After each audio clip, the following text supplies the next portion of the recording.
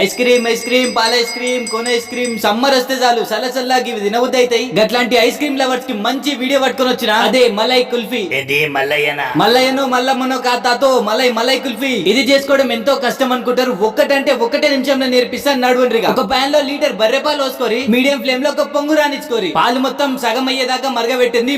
మధ్యలో సైలెంట్ గిక్కుంటే పాలలు కలిపితే పాలు చిక్కబడతాయి. అప్పుడు అందులో 50 గ్రాములు నానబెట్టుకున్న కాజు పేస్ట్ వేసుకోండి. దానితో పాటు సగం కప్పు చక్కెర, సగం టీ స్పూన్ ఇలాచి పౌడర్ వేసుకొని మంచిగా కలుపుకోండి. అందులో కొంచెం నానబెట్టుకున్న కుంకుమ పువ్వుని వేసుకోండి. ఇగో మా దగ్గర లేదుగా శ్రీకాంత్, ఎట్లా అంటే ఉన్న వాళ్ళు వేసుకోండి, లేకపోయినా పర్లేదు. ఇట్లా సైడ్ల గిక్కుంటే మొత్తం కలుపుతుంటే ఇట్లా చిక్కగా అయిపోతుంది. అప్పుడు గ్యాస్ బంద్ చేసుకొని మొత్తం చల్లార్చుకోండి. చూస్తారు కదా, చల్లారిన తర్వాత ఇంత చిక్క కన్సిస్టెన్సీ రావాలి. ఇక అప్పుడు మన ఇంట్లో ఉండే గ్లాసులు, చెంబులు, కటోరలు ఎండ్లనన్నా పోసుకోరి. అరే బిందెల పోసుకోవచ్చా? అయ్యో బిందెలు ఎందుకు పోసుకుంటావు తాత? డ్రమ్ము కొనుక్కొచ్చి డ్రమ్ములో పోసుకో. నువ్వు సర్లే కానీ ఇట్లా సిల్వర్ ఫాయిల్ ఉంటే అది పెట్టుకోండి, లేదా ఇంట్లో ఏమైనా చిన్న మూతలు ఉన్న మీద పెట్టేసుకోండి. తర్వాత సీదా తీసుకెళ్లి డీప్ ఫ్రిడ్జ్ లో ఒక 5 నుండి 6 గంటలు పెడితే ఇట్లా గడ్డ కట్టేస్తాయి. అంతే అండి, సింపుల్. పుల్లలు పెట్టుకొని కట్ చేసుకొని ఇష్టం వచ్చినట్టు తినురి. మా తాత అయితే మొత్తం నాకుట బట్టల మీద పడేసుకుంటాడు.